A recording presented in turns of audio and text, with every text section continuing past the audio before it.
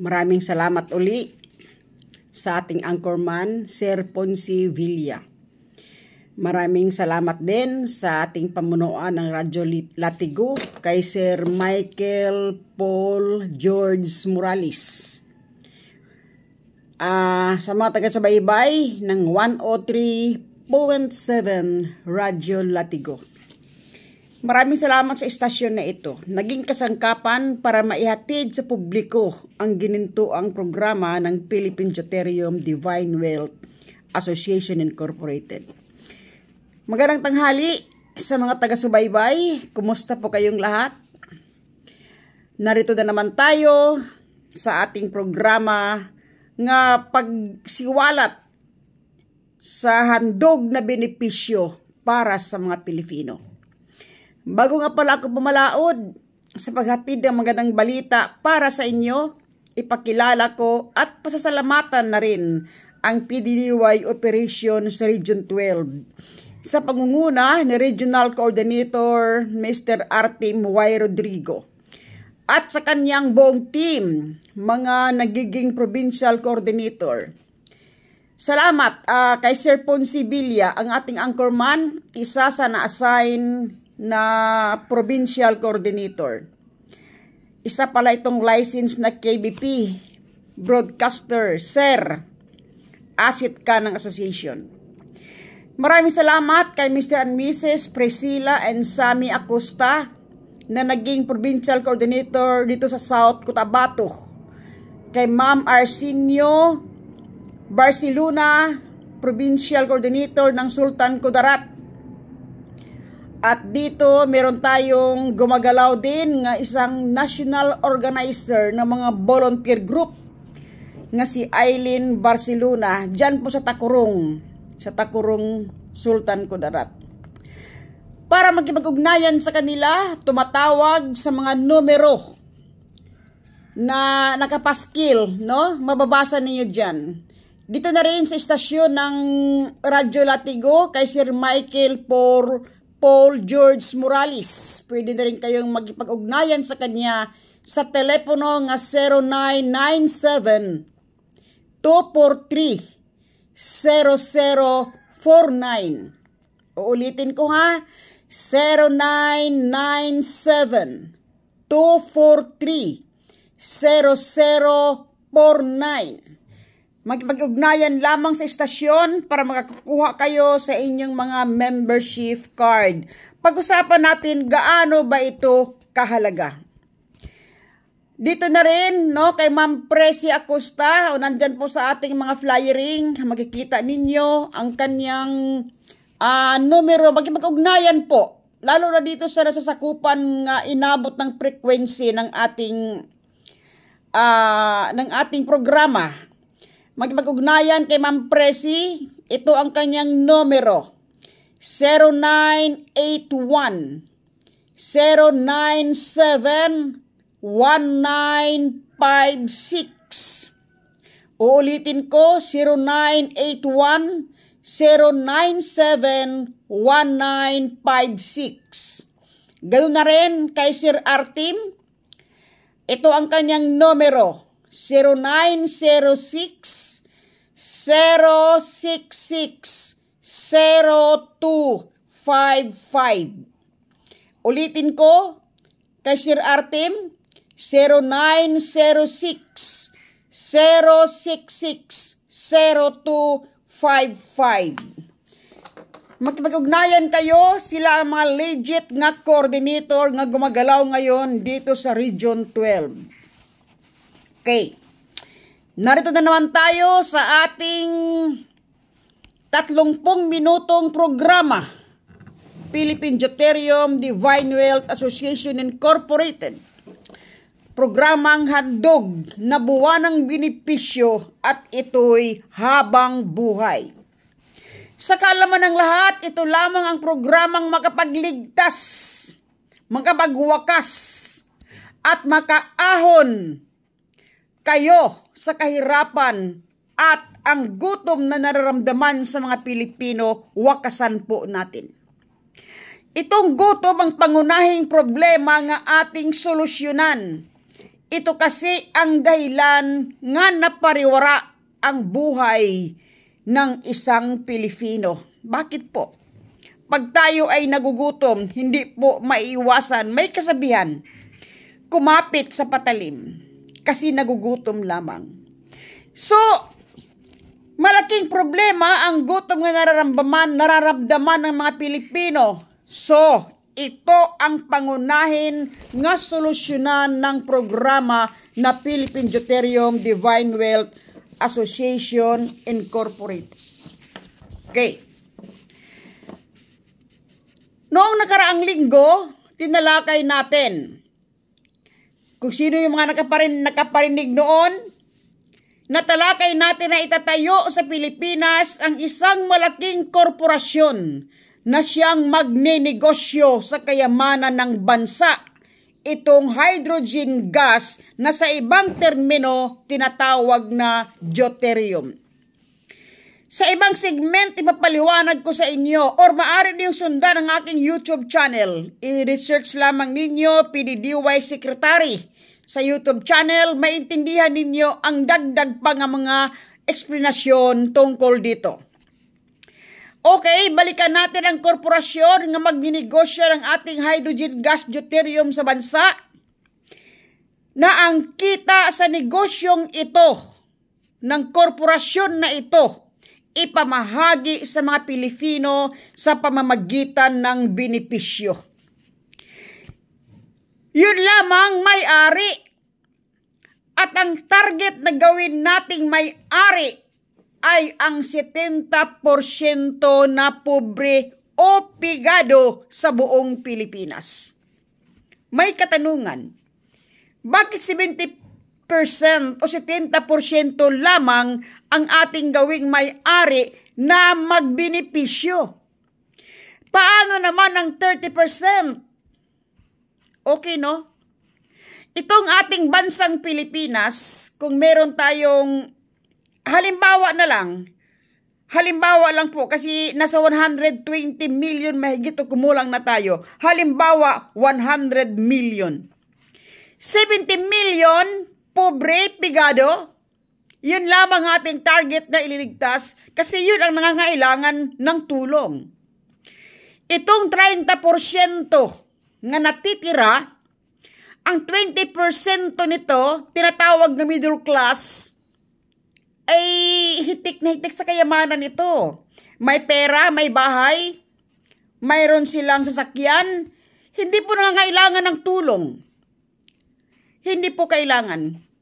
Lalo na itong 10% ng mga nagkontrol sa malalaking negosyante sa Pilipinas, hindi nila kailangan ng tulong. So, ang target natin na makaahon sa kahirapan, ito lamang 70% ayon sa pag-survey ng NIDA. Okay.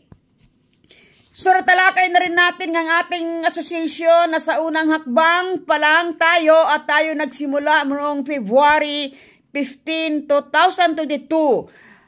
Kaya mula noong nagsimula ito noong February 15, 2022, meron pa lamang tayong 2 taon at 7 buwan sa ating operasyon sa paghanap sa mga pobre nga pigado para maging may-ari ng ating korporasyon. So sa ngayon, patuloy pa tayo nga naghahanap sa mga gawin nating may-ari sa ating itatayo na korporasyon. Natalakay din natin nung nakaraang linggo, nasa ngayon hindi pa tayo korporasyon, asosasyon pa lamang, nasa unang hakbang pa lang tayo, asosasyon. Maliwanag ha? Maliwanag po ang mensahe ko sa inyo. Pag nakuha na natin ang target na 70%, makinig ang lahat, magsara ang programa sa listing, yung validation. At kukuha tayo ng lisensya sa negosyo. Iparehistro ang grupo bilang korporasyon. Ang lahat ng miyembro habang association pa lamang tayo automatic maging incorporator o may-ari. Yun ang ating proseso. Dito pumapasok ang katanungan. Malaking negosyo ang ating pinag-usapan. Kung gagawin kaming may-ari, mag-ambag ba kami ng puhunan sa panimula ng negosyo ng korporasyon? Okay. Kami nga ay walang pera kasi pobre lang kami. Yun ang mga normal na katanungan. Ganito lamang ang sagot. Hindi kayo hingian ng kontribusyon para sa puhunan ng negosyo ng hydrogen gas na ginawa kayong may-ari. Mayroong handang magbitaw ng puhunan para pamumuhanan niya para siya ang mamumuhunan sa negosyong ito. Kaya kayo ay hindi nahingian pa. Unawaing mabuti ha, walang hihingiin sa inyo maliban sa membership fee. Tanong, paano kami makakasali sa asosasyon? Sagot natin. Sa pamamagitan ng isang ID card na may kontrol na numero. Binibilang ng asosasyon ang mga miyembro sa pamamagitan ng numero na may kontrol. Isang ID na may kontrol na numero. Itong ID na ito na may kontrol na numero, ito yung paraan para mabilang natin ang ating mga miyembro. Tinatawag ito na barcode. Tanong uli, magkano ang membership fee? Okay?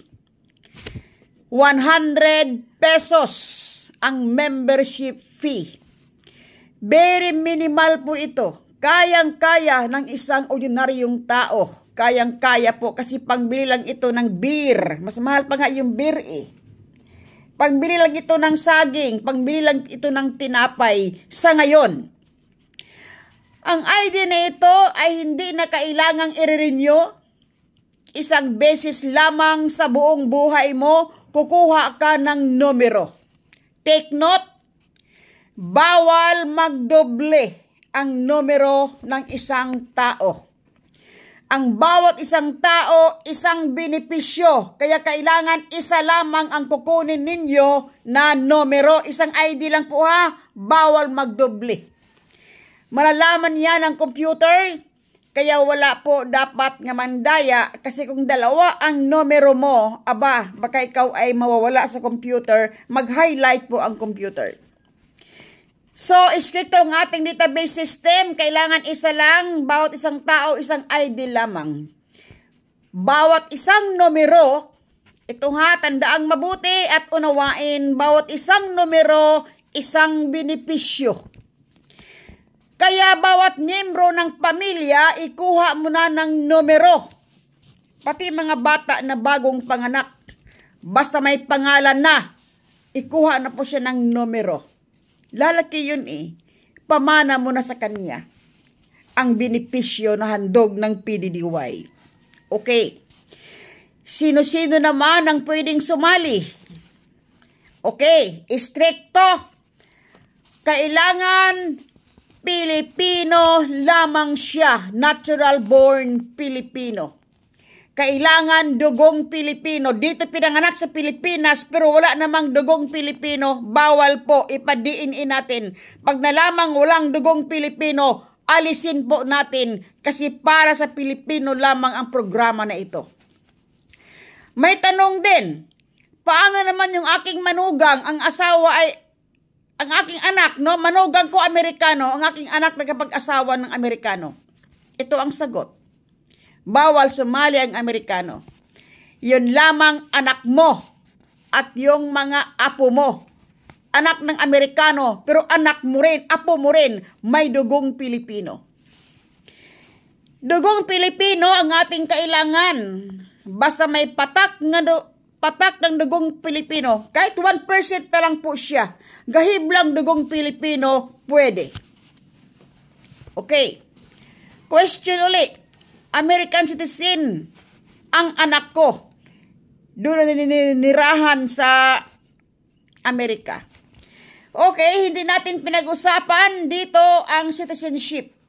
Basta may dugong Pilipino, pwede. Ang panahon darating, uuwi diyan sa Pilipinas. Nandito sa Pilipinas ang malaking pag-asa. Okay, mayroon ding katanungan. Kailangan malaman ninyong lahat. Paano naman kung miyembro ako o miyembro ngayon? Tapos hindi na siya umabot sa programa, namatay siya bukas o sa makalawa. Okay, dito lamang no. Habang asosasyon pa tayo, pwedeng ilipat ang kanyang numero sa mga nais na matutulungan. Halimbawa, may kamag-anak kayo, may katulong kayo, may kaibigan, pwede po ilipat ang numero habang tayo ay association pa lamang. Kailangan transferable po siya. Habang tayo ay association, pwedeng ilipat. Pero take note, tandaan itong mabuti. Kung sakali tayo ay maging korporasyon na, nagsimula na po ang benepisyo. Nagsimula na rin ang ating mga benepisyo. May kita na. Nagtanggap na kayo ng benepisyo. Very strictly ang ating numero. Hindi po siya transferable. Pwede lamang siyang mamanahin sa mga tinatawag na descendants. Descendants lamang. Yun lang po ang pwedeng magmamana. Ito ay tanong ng marami. Alam mo, meron akong sasagutin kasi ang daming nagtatanong tungkol dito. Bakit may bayad ang ID? Hindi ito libre. Marami naghanap ng libre. Ang sagot ganito lamang. Asosasyon pa tayo sa ngayon, wala pa tayong negosyo. Kaya wala pang namumuhunan, of course. Hindi pa nagbitaw ng puhunan ang ating pinanser. Bigyan ko kayo ng halimbawa. Magninegosyo tayo. Wala pa tayong, hindi pa tapos ang ating programa sa negosyo. Kung sakaling meron kang ikasang negosyo, hindi pa nga kumikita, kakainin mo na ba yung puhunan mo? Di ba hindi? Ganun lamang kasimple. Sa ngayon, hindi pa nagbitaw ng puhunan ng ating pinanser kasi wala pa tayong lisensya sa negosyo. Kaya sa ngayon, wala pa. Wala pa tayong korporasyon, no? Uulitin ko, hindi pa nagbitaw ng puhunan ng ating pinanser kasi wala pa tayong lisensya sa negosyo. Okay, tanong uli.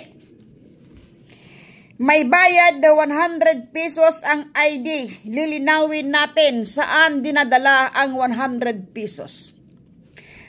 Marami kasing nag-iisip ng ang iba. Marami nag-iisip. Ang sabi ng iba, kung 100 pesos ang ID, talakayin natin ha, kasi ito ay maraming mga nag-iisip ng ganito. Kung mayroong 100 million nga member ang PDDY, then 100 million na rin ang pera ng asosasyon. Mga makitid ang pag-iisip. Yes, kung walang operasyon. Ganito lamang, no? Ang puhunan ng ID, kung walang puhunan ng ID, maraming pera ang asosasyon. Pero may operation eh. Ganito ang ating operation. 50 pesos, ibigay sa opisina, puhunan sa ID mo. 50 pesos, ibinigay natin na tulong sa mga coordinator. Kaya sa 50 pesos na binibigay mo, ang laking tulong mo sa ating mga coordinators at ang 50 puhunan sa ID mo. Para makakilos ang ating mga coordinator, kawawa naman sila. May pamasahe, may pang-inom ng tubig, may pang-meriendang money, may budgeting sila sa kanilang lakad. Tapos, ganito lamang kasimple. Kayo bigyan ko ng example. Paano andar ang ating association kung walang pondo? Paano makakilos ang ating coordinator? Example lamang ito. Meron akong anak na aking uutusan, dong, punta ka sa palengke. Tapos paralakarin ko kasi wala akong ibinigay na pera. Susunod kaya yon? Di ba hindi? Galit yun sa'yo kasi paralakarin mo siya. So, ganun lamang kasimple. Sa lahat ng asosasyon, anumang klase ng asosasyon o organisasyon ngayon sa Pilipinas, hindi aandar ang isang samahan kung walang funding. Kaya nga mayroong mga fundraising kung tatawagin. So sa ID system naman, wala tayong nilabag sa batas kasi legal sa batas ang membership fee. Kaya ito ay nagtutulungan lang po tayo. At pangalawa, marami nasasabi nga scammer tayo dahil sa 100 pesos na misinterpret nila. Ang isang scammer, simple lamang ang scammer. Pangakuan ka ng maganda, kuhanan ka ng pera, pagkatapos hindi ka na babalikan. Ang ganda ng pangako, kaya na-scam ka. Sa atin, hindi po ganon. Pagbigay mo ng 100 pesos, kaliwaan ka agad, bit-bit mo kagad ng ID mo. Scammer ba yon? Pag-aralan lamang ninyong mabuti ang ating programa at sana huwag naman ding agad manghusga. May purpose ang ating PDDY ID card. Ito ang ating PDDY ID card. Ang ating PDDY ID card, meron akong hawak dito ngayon nga example. Okay, no? Makikita nyo sa YouTube itong aking, ngayon, itong aking programa, makikita sa YouTube, makikita niyo ang ating ID card. Ito ang ating ID card. Ito ay karton. Ito ay manipis, pangit kung tutuusin. Hindi siya kagandahan. Simple lamang po ang sagot ko sa inyo. Huwag kayo mag-expected masyado ng magandang ID na gawa sa PVC. Mahal yun eh. Hindi niya makukuha ng 100 yun. Baka 150 o 300 pa nga sa iba. Huwag kayo mag-expected masyado ng maganda kasi ang puhunan mo dito ay 50 pesos lamang. Maliwanag ha? Ang 50 pesos, tinutulong natin sa coordinator na sabi ko na yun ang protocol ng association. Ang ID natin, pangit man ito kung tingnan ninyo, manipis. Pero tandaan ninyo, ito ay temporary lamang. Anong mahalaga dito? Yung numero, control number o barcode. Ito ang napakahalaga. Ito lang po ang mahalaga. Kaya pag natanggap na yung ID, please, ingatan ninyo ito na parang ginto. Lagyan ng mukha, yung inyong picture, ilagay ninyo dito sa space. Permahan, isulat ang inyong pangalan, permahan, ipalaminate kaagad. Para maiingatan ninyo at hindi masisira. Malaki ang purpose ng ating ID card. Ito ay preparasyon sa isang benepisyo. Ganito ang paliwanag. Pag tayo ay may negosyo na, may kita na, may pera na, wala na pong imposible. Lahat ay pwede nang magagawa. Ito ang plano. Para hindi kayo mahihirapan pagkobra ng inyong benepisyo, hindi kayo pipila na kung saan-saan nga napakahabang pila, para madali sa inyo ang ating asosasyon o ang ating korporasyon nga may kita na kung sakali, no, plano pa lang ito. Magtayo tayo ng tinatawag nga automated teller machine sa bawat sulok ng Pilipinas kung nasaan naroon ang ating mga benepisyaryo. Para maging madali sa inyo ang lahat ang pagkubra sa inyong dividendo o kita o share bilang may-ari. Kaya yung mga ID ninyo sa ngayon, temporary lamang yan. Temporary lamang yan. Kasi ito, ang karton na ito, hindi ito tinatanggap sa mga automated teller machine. Temporary lamang ito. maglabas ang ating korporasyon ng ATM card base sa mga numero, sa mga ID na hawak ninyo. Itong numero ang magtuturo sa inyo na kayo ay beneficiaryo. Kaya, paalaala, pag kumuha kayo ng ID, siguraduhin ng inyong pangalan na isulat sa master list database ng association, at ang gagawin ng coordinator, isubmit ito sa opisina para ang inyong pangalan makapasok sa database system ng ating asosasyon, kasi doon nakabase sa database system ng asosasyon ang inyong mga numero. Okay, no? Maliwanag po ba? Okay. Upang makasigurado kayo sa inyong pangalan kung talaga bang nakapasok sa database system, madali lamang. Sa likod ng ID card, nakasulat dito ang numero ng opisina. Tawagan lamang ninyo itong numero na ito.